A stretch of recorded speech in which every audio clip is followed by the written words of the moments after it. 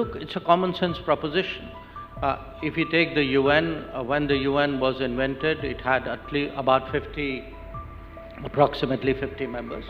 We have 4 times the members. So it's a common sense proposition.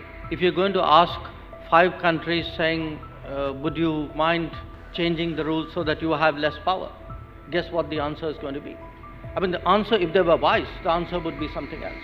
If they are short-sighted, the answer is what it is today.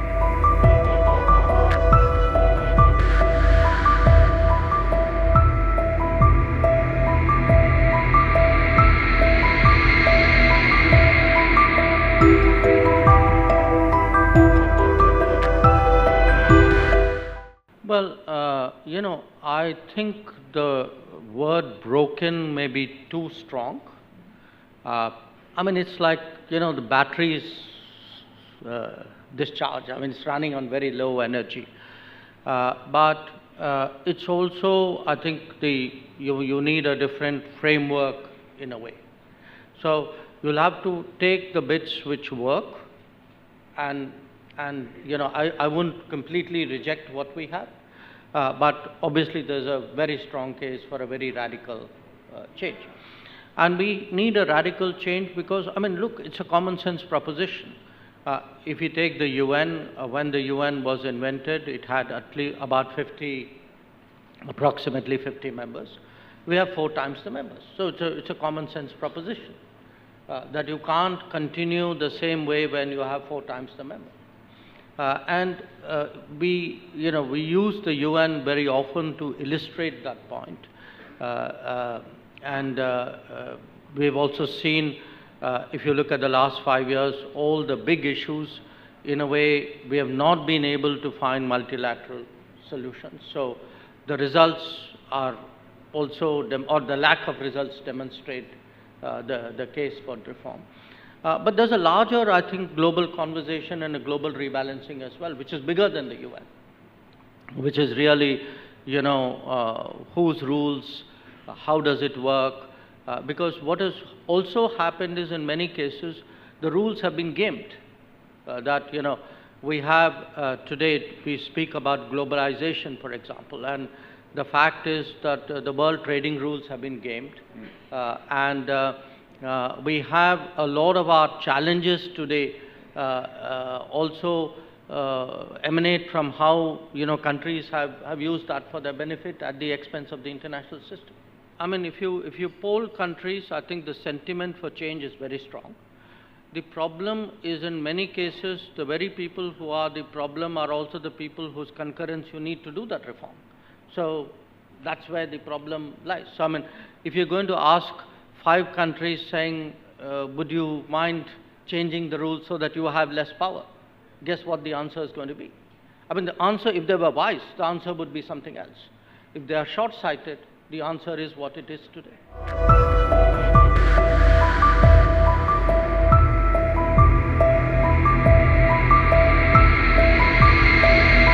Because the system today isn't delivering.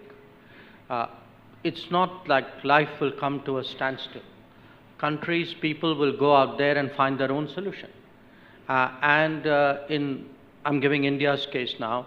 I looked at the last decade. We have actually initiated or joined 36 different alliances or groups or coalitions or whatever it is in very different fields, from Big Cat and solar to disaster resilient and Quad.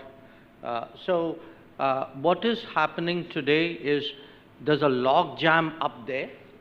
So because there's a log jam up there, everybody's doing their own thing, finding their own friends, making their own groups, depicting their own issues, and creating the new reality. So the new reality is actually going to be much less disciplined. It's going to be more fragmented in many ways, but it will still be effective because if the guys up there aren't delivering, you got to do your own thing.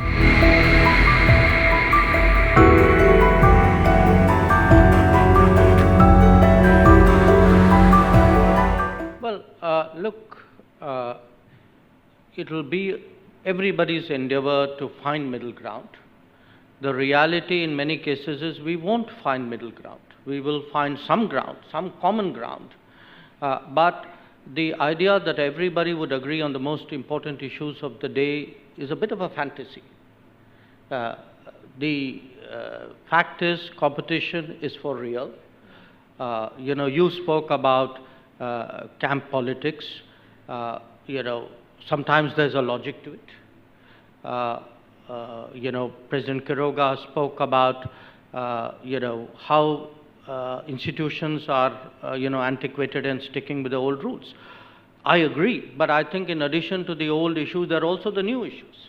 I mean, if today there is, let us say, take the big debates of the day: connectivity, debt, trade. Now, how these are leveraged today? These are not necessarily all coming out of the West. So, the West, as the dominant force earlier, is largely responsible for what, where we are today. But I think the new players haven't helped. I mean, again, if you take UN Security Council reform, the biggest opposer is not a Western country. So, let's get the totality of the problem right. So I think the reality is we'll have to battle bit by bit to create groups which will push for change. I would say, on many issues, you will get different combinations of countries.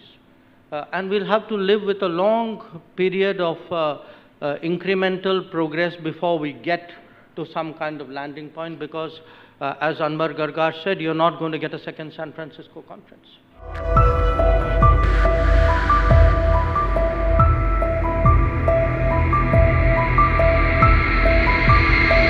I think we are a bridging power to a great degree. We showed that at the G20. I would say whether it is COVID or today, some of the regional conflicts, people would see us as relatively objective, unbiased, I mean, I agree with my Dutch colleague that, at least to the extent we can get common ground, we should strive for common ground.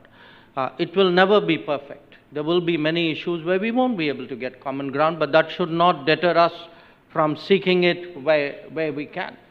I think here a lot of what India is trying to do, I mean, there are different names, but the idea of a kind of multi-vector policy, what in our own language we call like Vishwamitra, which is like a friend of the world, you maximize your relationships.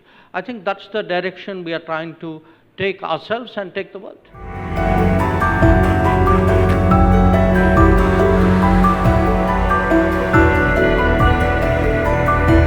Well, that's not something new. That was always the case. I mean, look at our own example. Very literally in our first year of independence, we put our trust on multilateralism and took the Kashmir aggression issue to the UN, and others made it into an accession issue. And they did it for geopolitical reasons. So the fact is, if you say, are people playing multilateralism? They always did. We've grown up.